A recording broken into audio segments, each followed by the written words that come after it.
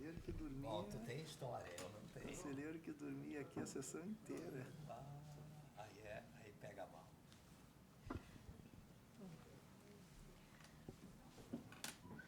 Boa tarde a todos. Na presença dos conselheiros João Nascimento e Alcebiades Santini, do diretor-geral Luiz Henrique Mangion, damos início à sessão de número 66 de 2015 deste Conselho. Item de número 1, apreciação da ata número 57 de 2015.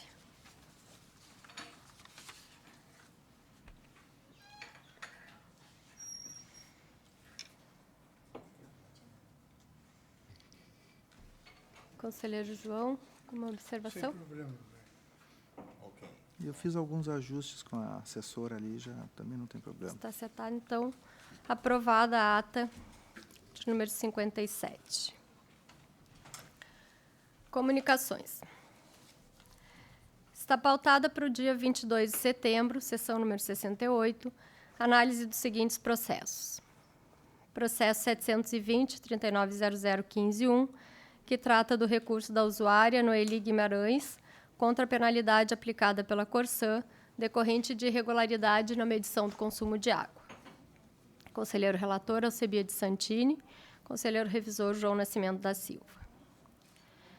Processo 1103-390015-4, que trata do recurso do usuário Davi Guerunto Azevedo contra a penalidade aplicada pela Corsã, decorrente de irregularidade na medição do consumo de água. Conselheiro relator, Alcebiades Santini. Conselheira revisora, Eleonora da Silva Martins. 2.2. Está marcada para o dia 17 de setembro, às 10 horas, reunião administrativa com o presidente e conselheiros da AGERGS para tratar sobre o disposto nos artigos 65, 66, 67 e 118 do Regimento Interno. 2.3. Recebimento de convite da Assembleia Legislativa para o Seminário Energias Renováveis, no dia 18 de setembro, sexta-feira, às 9 horas, no Espaço de Convergência Adão Preto, no térreo da Assembleia Legislativa, no Rio Grande do Sul. 2.4. Recebimento de convite do governador do Estado para a solenidade de lançamento dos editais de Ciência e Tecnologia e consolidação do Polo Metropolitano, a realizar-se às 11 horas do dia 17 de setembro, quinta-feira, no Palácio Piratini. 2.5. Recebimento de convite do Conselho Estadual dos Direitos da Pessoa com Deficiência, COEPED, Rio Grande do Sul, para a 5ª Conferência Estadual dos Direitos da Pessoa com Deficiência do Rio Grande do Sul, a realizar-se no dia 23 de setembro, quarta-feira, no auditório Mondercil Paulo de Moraes, do Ministério Público do Rio Grande do Sul. 2.6.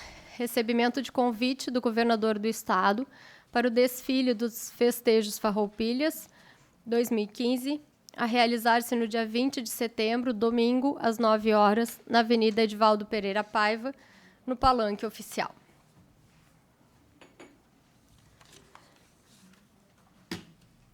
Conselheiros, sobre comunicações, alguma manifestação?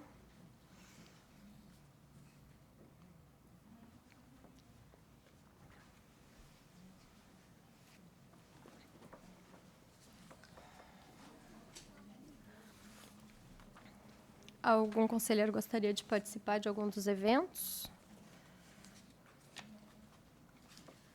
Por enquanto, não. Não, até a gente pode decidir.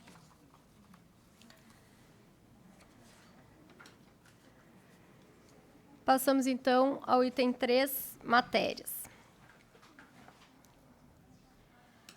Assuntos gerais.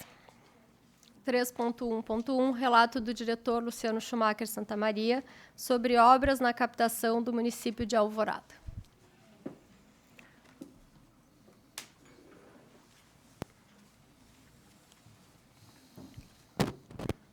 Boa tarde, presidente, demais conselheiros, diretor-geral, colegas aqui presentes. Essa fiscalização foi feita por nós naquele plano que a Corsã submeteu de ações de curto e médio prazo na elevatória de água bruta de Alvorada, que foi objeto daquela enchente que apresentamos aqui naquele episódio das grandes cheias do Rio Gravataí. A Corsã estabeleceu uma série de ações de curto prazo e algumas de médio prazo. Nós estivemos lá fiscalizando o andamento das obras de curto prazo. Todas elas ou estavam concluídas ou estavam em fase de conclusão, o que já leva a situação lá para uma cota admitida de 5,8 metros, que é 30 centímetros superior àquela cota que atingiu no momento da inundação. Então, no momento em que foi feita a fiscalização, foi no dia 27 de agosto, as obras estavam todas já em estado bastante adiantado. Eu tenho aqui a posição de cada item que a Corsã se comprometeu. Não sei se vocês gostariam de um relato ação por ação ou gostariam de receber o relatório por escrito. Os senhores que sabem.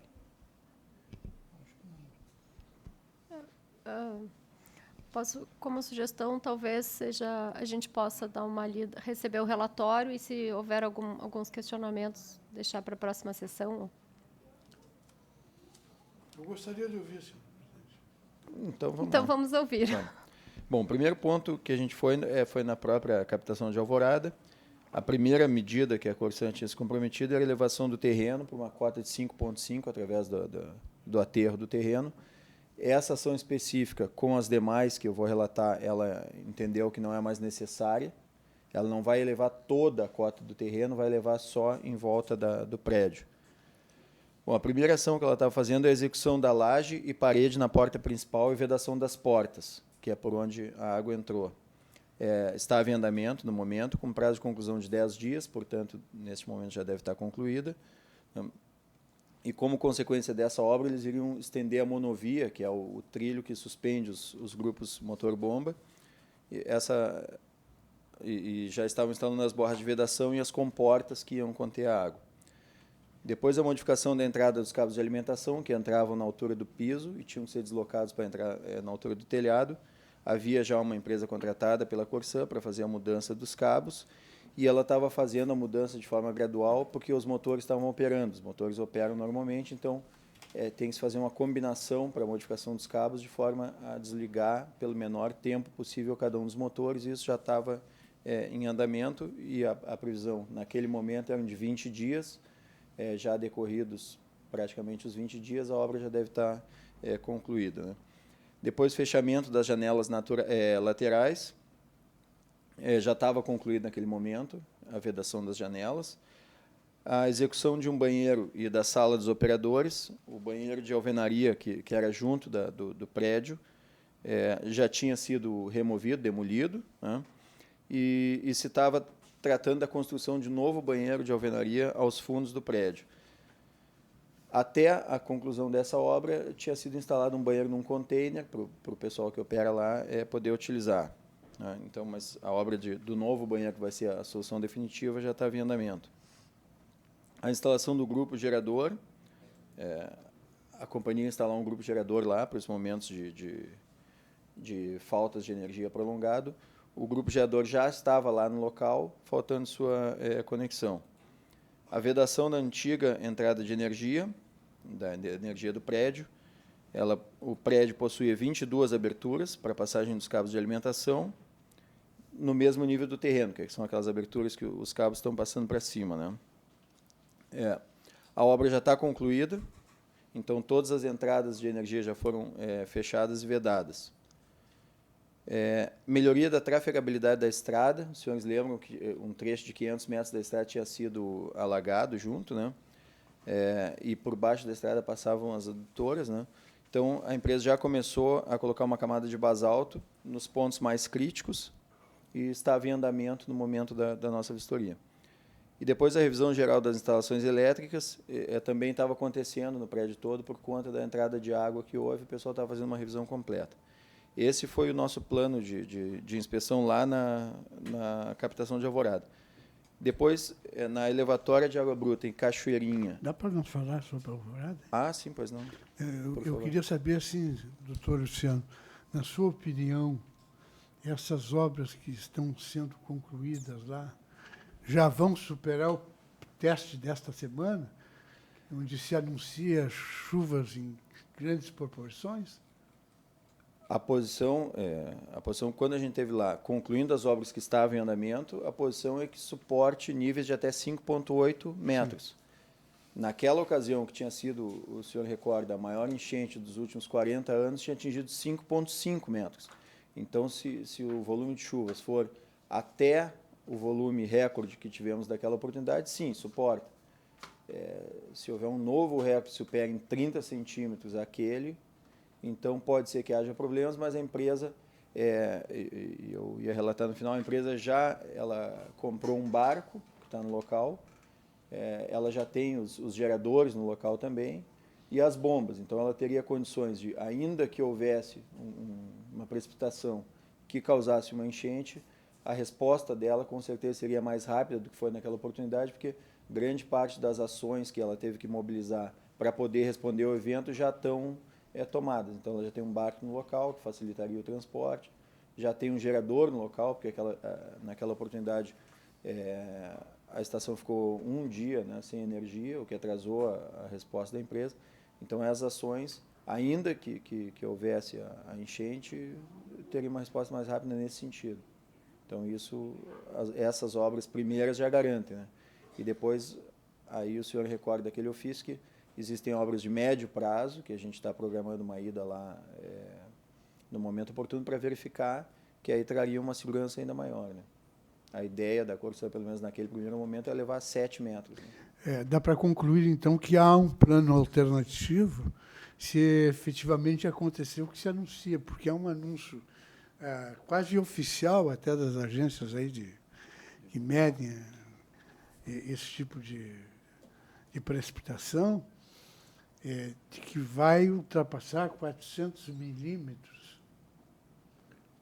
número que eu nunca tinha ouvido ser estimado para a quantidade de chuva. Então, dá para acreditar que eles têm um plano alternativo eficiente para além dos 5,8. Se essa chuva for concentrada naquele sistema e causar elevação até o nível daquele dia, não deve ter nenhum reflexo. Se ultrapassar, ela já tem ações que garantam uma resposta mais rápida do que naquela oportunidade. Tá bem. Obrigado. Conselheiro Santilli. Boa tarde, presidente, conselheiro João, diretor, colegas. Eu queria primeiro ratificar o doutor Luciano e a equipe da GERGS o acerto, né, do acordo feito entre essa agência e a Corsan. E lá posto nesse termo de compromisso tem ações de curto e médio prazo. Não sei se tem de longo, acho que é curto e médio prazo. Nessa é a primeira vistoria que vocês estão fazendo lá. Então, duas coisas importantes. Primeiro, a presença da GERG lá, que é importante, porque uma coisa é o papel, outra coisa é a prática. Então, destacar que, né, é assim que funcionam as instituições e as pessoas. Então, isso é importante. Como foi feito dia 27/8, algumas obras já foram concluídas, deu para verificar no relatório. Outras, provavelmente, naquela época não estavam, mas hoje poderão estar conclusas. Então, é importante. E também é importante destacar que, mesmo que tenha aumentado só 30 centímetros, numa situação atípica de 5,5 metros, que até então nunca tinha chegado a esse nível, a Corsan já está com um plano B, mesmo ultrapassando os 30 centímetros. Também é um fator importante aí. O que eu recomendaria, que isso deve estar na lógica e na prática da própria diretoria, é que volte, né, oportunamente, não só para ver a conclusão das obras de curto prazo, mas também instigar e cobrar as de médio prazo. Então, acho que o problema que enfrentamos com a comunidade, principalmente de Viamão e Alvorada, eu acho que, mesmo que tenha uma promessa aí de 400 milímetros, esperamos, né, que não bate o recorde e que a população fica, né, pacificada e tranquila nas suas residências. Certo. E, na realidade, atingiu 5,5, mas a situação anterior era de suportar 4,5, né? Então, todo o conjunto de obras levou de 4,5 para 5,80, quer dizer, foi 1,40 m. E depois, só para relatar também a situação lá da elevatória de água bruta em Cachoeirinha, que era aquela obra que fez um pequeno trecho de adutora que fez um desvio, né? Lá naquela situação, os equipamentos elétricos todos, então agora passado aquele momento, foram retirados e estão em revisão. Então lá a obra, os senhores lembram que a obra emergencial já era aquela obra definitiva, ela só foi acelerada, então a obra em si estava pronta, mas a Corsã procedeu a retirar os equipamentos para fazer uma revisão elétrica e devolver em operação. Então lá a situação já não era tão problemática e está resolvida, né? Sobre esse assunto era isso. Obrigada, diretor. Passamos, então, ao item 3.1.2, continuando com o relato do diretor Luciano Schumacher Santamaria sobre a fiscalização realizada nas estações rodoviárias dos municípios de Montenegro, Gramado, Vacaria, Parobé, Lajeado e Encantado. Ok, isso faz parte do nosso plano de metas, né? A fiscalização, para esse ano, nós tínhamos previsto a fiscalização em 10 estações rodoviárias, já com contratos novos dessas estações que foram recentemente licitadas e tem contratos novos em vigência e que a AGERGS tem homologado os contratos, né? Nós tivemos em Montenegro, a primeira delas. Eu vou fazer, então, um breve relato do que foi visto e das soluções tomadas, né? Lá em Montenegro, não existia, no momento da nossa fiscalização, o cartaz informativo com 0800 da AGERGS, com telefone para reclamações. Isso foi apontado na fiscalização, mas a nossa equipe já leva o cartaz, na eventualidade de não ter, e já fixa lá. Então, isso foi apontado como algo que não estava ok, mas já foi solucionado. Outro ponto que vai se repetir em todas as fiscalizações feitas é que as rodoviárias não contam com sinalização tátil, que é aquela fiscalização no piso para o deficiente visual, né? Que guia, né? E tem o símbolo dos anteparos, etc. Então, aquilo as rodoviárias não vinham instalando, e nós, nas fiscalizações, nós estamos cobrando que instalem, né? Então, Montenegro, e vocês vão ver que nas demais, as rodoviárias têm se proposto, então, a fazer um projeto que atenda aos requisitos da acessibilidade e a instalação dessas sinalizações táteis, né? Que inclusive há uma certa discussão, ela não está diretamente listada no contrato, mas como é item obrigatório da lei, a gente tem cobrado. E o outro ponto em Montenegro, que também não estava atendido o contrato, é que a rodoviária abria tem um ônibus, o primeiro ônibus lá era 15 para 5 da manhã, e a rodoviária abria às 4h30, quando o contrato pede que abra 30 minutos antes. Então, isso foi apontado também, e a rodoviária já corrigiu e passou a abrir, então, às 4h15 da manhã, já está solucionado. Depois, nós fomos na rodoviária de Gramado, da mesma forma não existia o cartaz, foi colocado lá. Não existia sinalização tátil, também a rodoviária está providenciando o projeto para instalação. E também problema no horário de abertura, ela abria 10 para 6 da manhã e o primeiro ônibus era 6 da manhã. Nós fizemos o apontamento e a rodoviária já também alterou o horário de abertura para 5h30 da manhã, corrigindo o problema. Depois fomos em Vacaria. Vacaria não havia um fraudário, conforme a exigência do contrato, e a rodoviária já está providenciando o projeto para instalação, então, no fraudário para regularizar. Também não havia sinalização tátil, já está em andamento o projeto, e os sanitários separados em masculino e feminino, e nenhum deles possuía sanitário especial também, adequado ao atendimento de portadores de necessidades especiais. Também ela já está fazendo o projeto para adequação do prédio e a instalação de um sanitário específico no masculino e feminino com os aspectos da acessibilidade. Parobé, não existia o cartaz, esse parece que em quase todas também já foi levado e colocado. Não existia sinalização tátil, também já está sendo providenciado. Não existia sanitário adaptado também para uso de cadeirante. E lá tem que haver uma ampliação dos sanitários acessíveis para melhorar o acesso, está sendo feito. E o horário de abertura da rodoviária também, o primeiro ônibus parte às 5h35 da manhã e a rodoviária abria às 5h25. Então, também já está corrigido o horário com abertura meia hora antes do primeiro ônibus. Depois tivemos em Lajeado. Lajeado, o único problema que havia era a sinalização tátil, também está sendo instalada.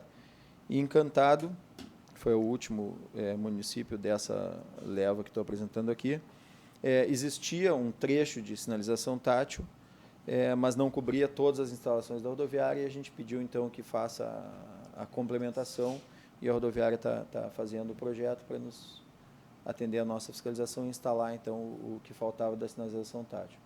Então, é um pacote de 6 rodoviárias que a gente fiscalizou, conforme o PAN, e já tem outras 4 fiscalizadas que os relatórios estão sendo enviados para as adaptações necessárias. Era isso, presidente. Fico à disposição. Doutor Luciano, Sim. eu observei que há uma unanimidade na questão aí dessa sinalização Tátil. tátil.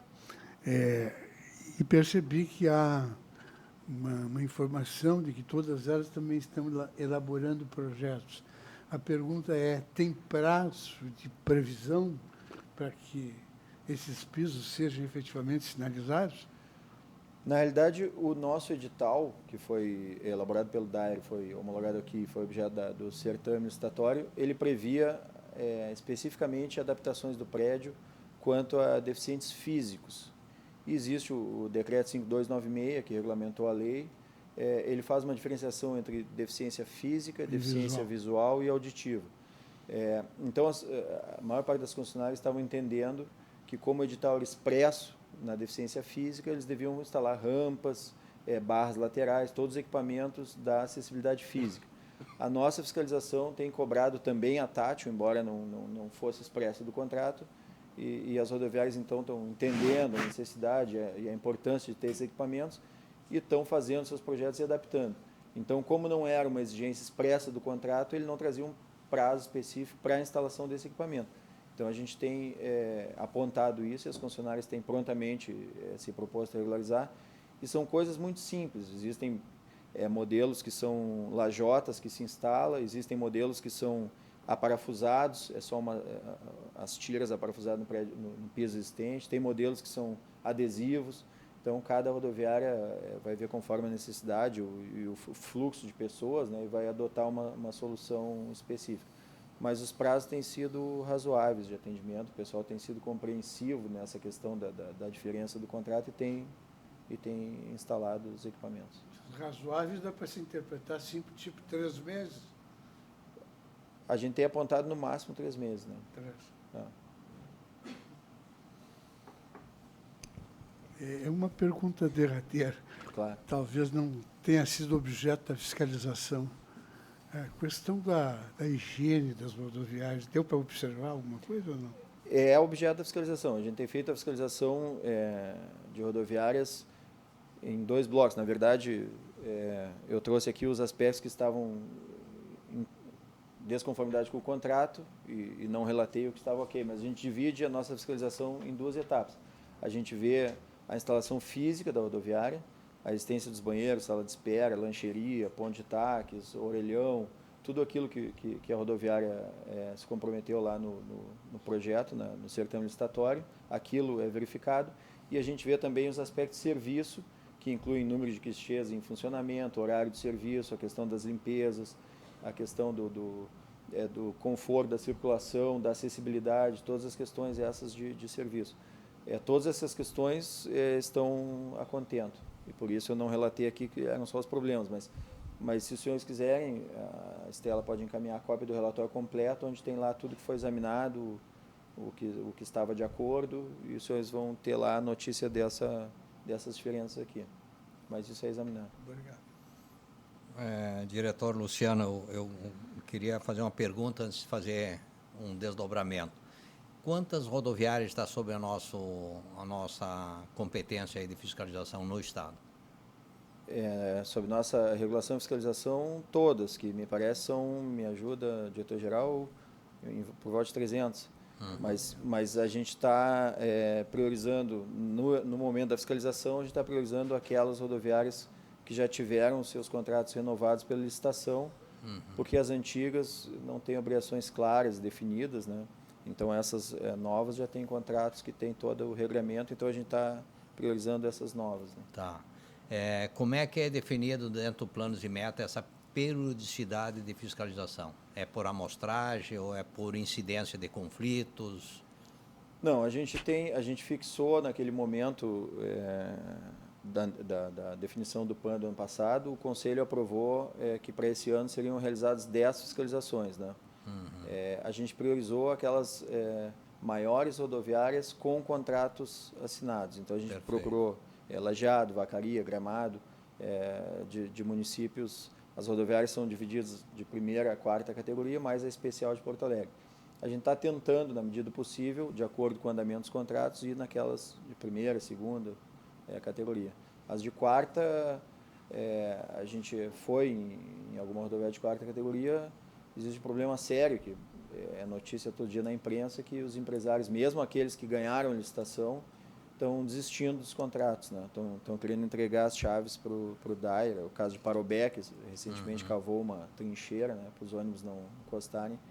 Isso tem sido um problema muito sério para essas de terceira, algumas de terceira e a maior parte de quarta categoria. Tá. Nessas metas aí, até por falta talvez de capacidade humana, né, de pessoal e coisa, além de vocês terem, né, um critério, tem um checklist que você já relatou, etc. E vocês consultam, digamos, as unidades do usuário que busca o apoio, digamos, de superação de conflitos, como PROCONs municipais ou a própria ouvidoria da Gerges, quanto a, principalmente o que a gente ouve no Conselho Estadual de Defesa do Consumidor, situações assim de higiene, acesso, né, higiene, acesso à informação clara e precisa em relação aos direitos e deveres do usuário.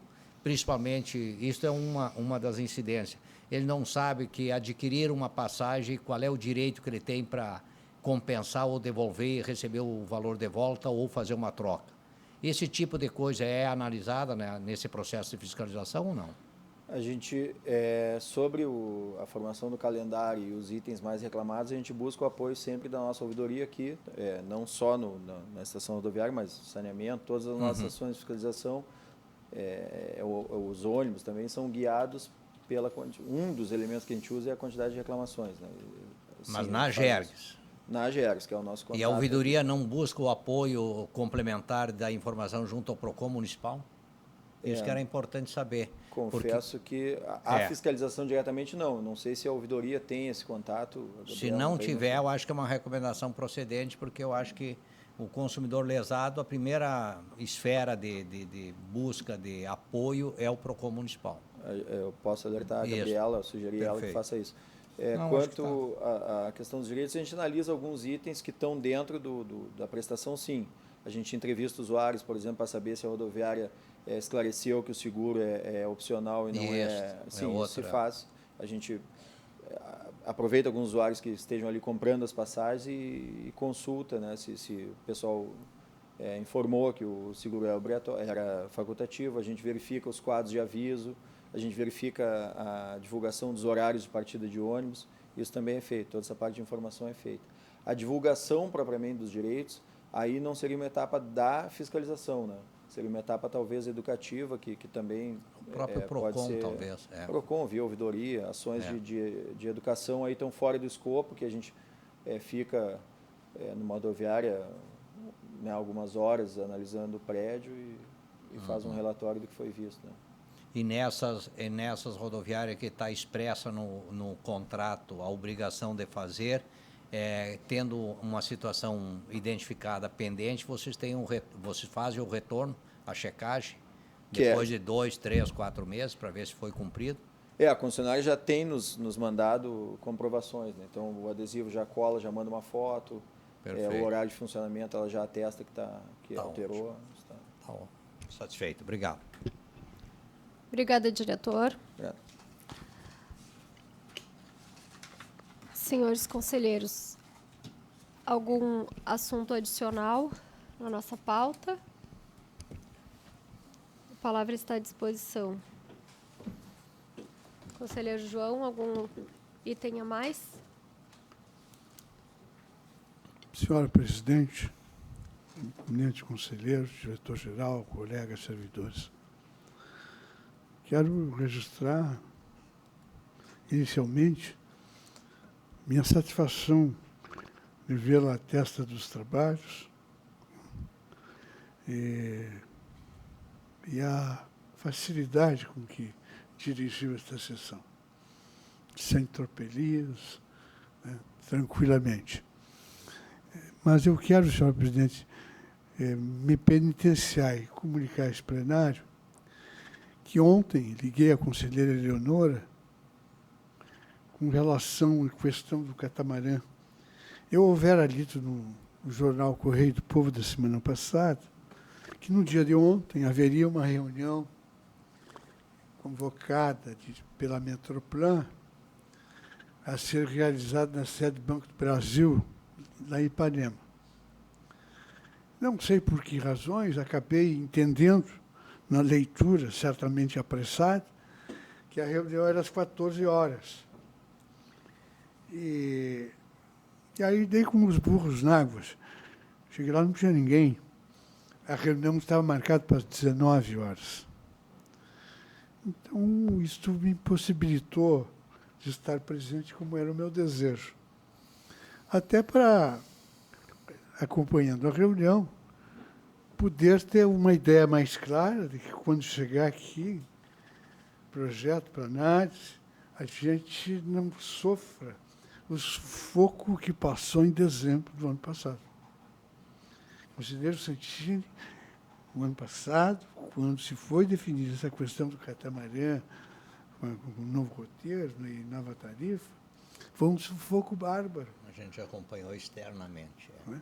Bárbaro, porque ficou para a GEGS examinar na 1/10 hora. E eu confesso que aprovamos até com alguns receios. Mas era tão forte a manipulação da imprensa para cima da GEGS, que parecia que só a GEGS Era que não culpada. queria fazer o serviço, quando, na verdade, nós tínhamos recebido na antevéspera aqui o projeto. Então, por isso, entendi de ir lá para ouvir isso. Mas, como não pude ir à reunião da noite, hoje de manhã liguei para pedir para ligar para a Metroplan. A Metroplan me informou que não era ela quem tinha chamado a reunião, que era a EPTC. Aí liguei para a EPTC. A EPTC informou que não era ela que tinha também chamado a eleição, que talvez fosse a prefeitura. Mas, ao fim e ao cabo,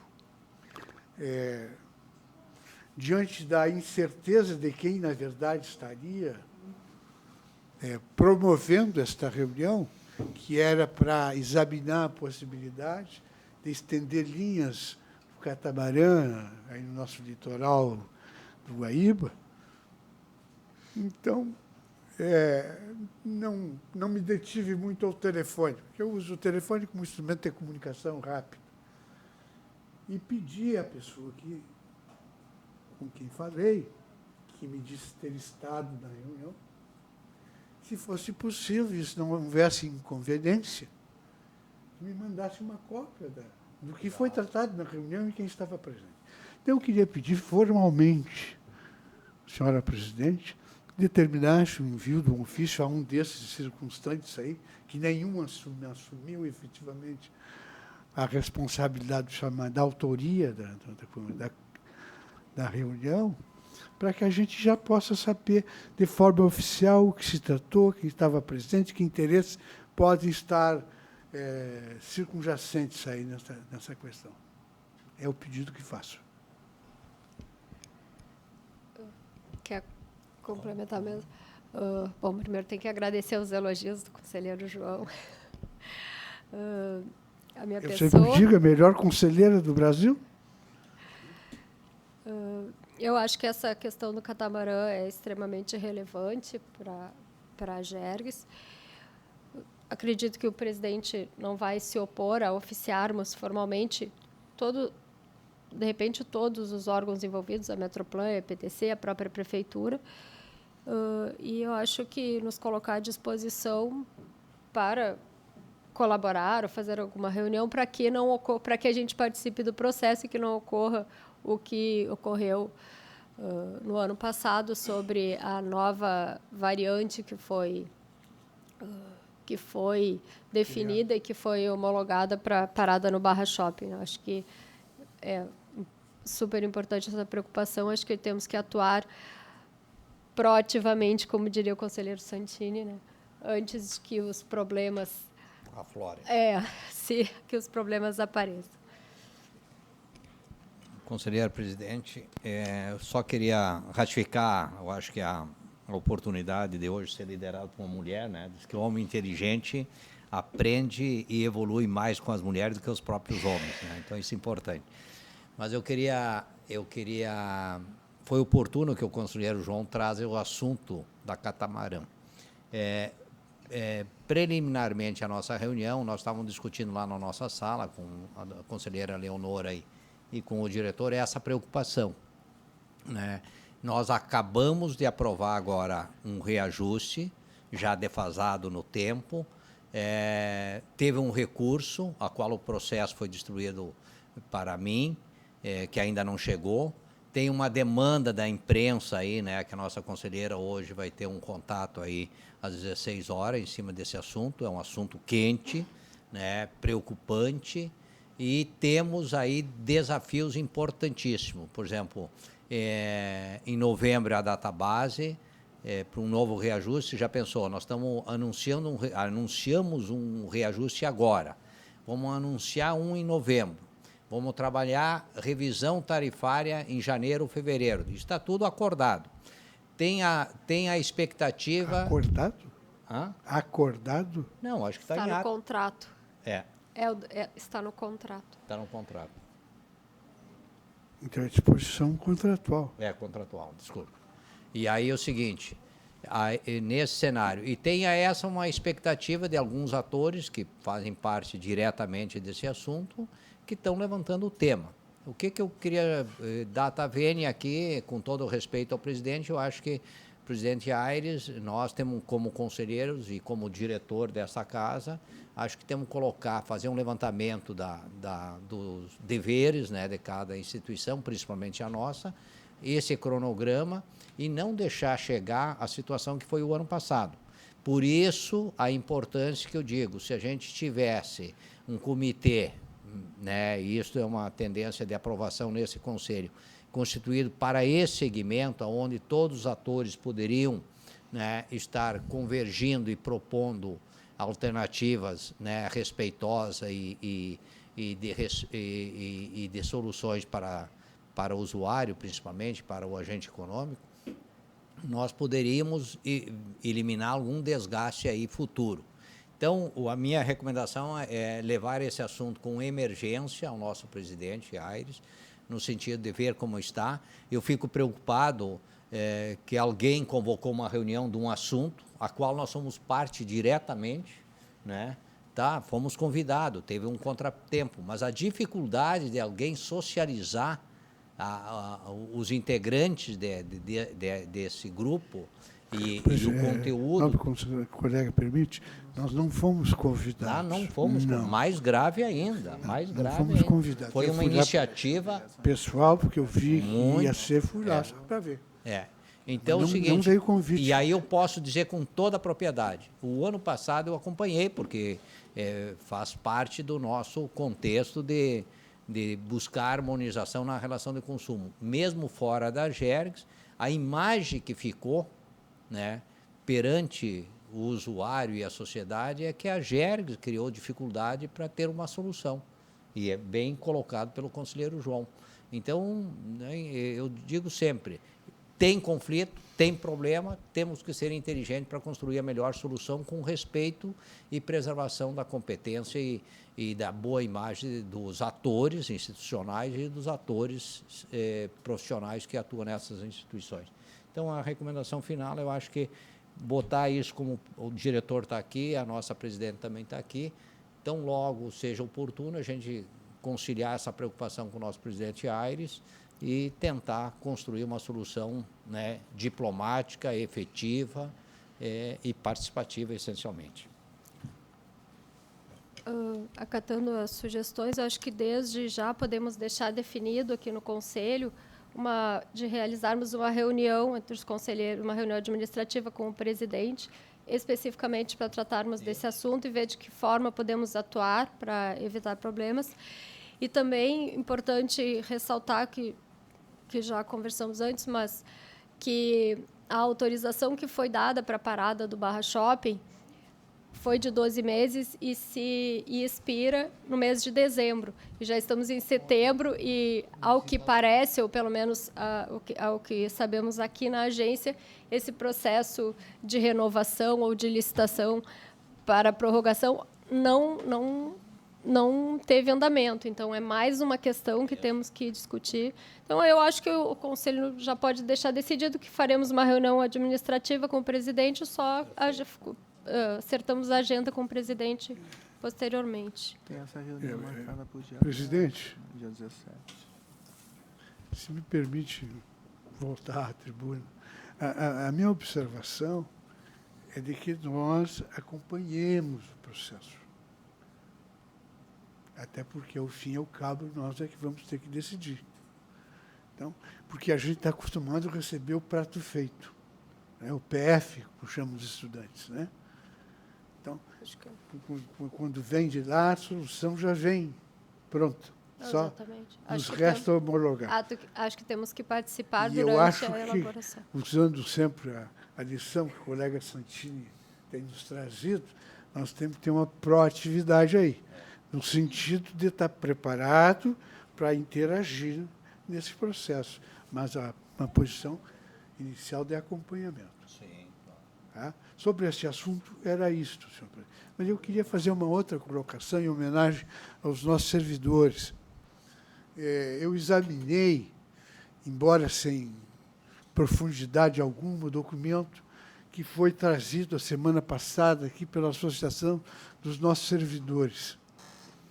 E fiz uma série de anotações e posso já aqui antecipar uma posição a respeito dos assuntos que são ali tratados. Não é? E, notadamente, hoje de manhã conversei com a nossa procuradora jurídica, a doutora Luciana, notadamente sobre uma questão que me afligiu, que era com relação àquela questão do estágio probatório. Não é? Que uma legislação estadual dispõe que o estágio é de 2 anos, e a emenda constitucional número 19 deu nova redação ao artigo 41, dispondo que o período para a aquisição da estabilidade dos concursados no serviço público é de 3 anos. Vai daí que pode acabar, não faço juízo de valor definitivo nesse instante, mas daí isto pode acarretar numa turbulência com relação a esta questão, porque há vozes que dizem que tanto o estágio probatório como a aquisição da estabilidade são institutos indissociáveis, que não podem caminhar separadamente. Então, estou falando isso aqui publicamente para que os senhores da entidade já possam saber previamente desta posição que anuncio e até me convencer do contrário. Então, dei especial atenção ao documento que recebi e estou à disposição para discutir com os senhores no momento que entenderem adequado. Muito Obrigada, conselheiro. Mais algum assunto? Mais gente falando. Vamos aproveitar, presidente. Não havendo mais assuntos a tratar, declaro encerrado a sessão de número 66 deste Conselho. Boa tarde a todos.